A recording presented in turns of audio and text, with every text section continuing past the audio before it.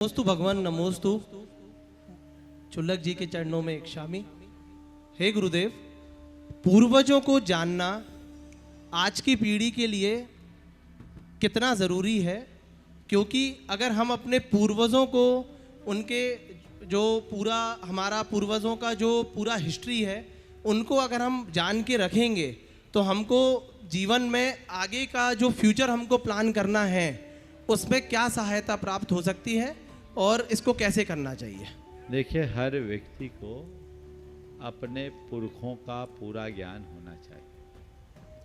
पुरखों के ज्ञान से जहाँ हमें अपने कुल वंश परंपरा का बोध होता है, वहीं हमें अपने दायित्व का भी बोध होता है। मेरे पूर्वज कौन थे, मैं किस परंपरा में जन्मा, मैं किस परंपरा में जिया, मैं किस संस्कार में पला बढ़ा और खड़ा हुआ हूँ, ये बात जब हमारे मन में होगी तब हम उन चीज़ों को आगे बढ़ा पाएंगे। तो हमें पुरखों का ज्ञान तो होना चाहिए, वो हमारा उत्स है, वो हमारा मूल स्रोत है। उसकी पहचान अगर हम खो देंगे तो सब चीज़ें खो जाएगी। इसे हम सामान्य बोलचाल की भाषा में कहते हैं, अपनी बल्दियत हमेशा बना के रखनी चाहिए, उसे कभी खोना नहीं चाहिए। तो वो चीज़ें होती है और उससे हम अपनी परंपरा को आगे बढ़ा सकते हैं, उन आदर्शों को आत्मसात करते हैं।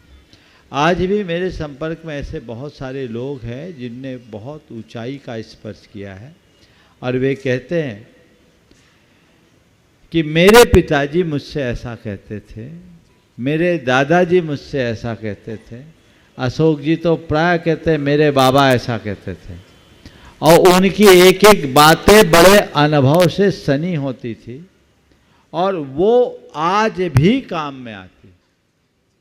इसलिए उनको याद करना चाहिए, उनकी सीख माननी चाहिए।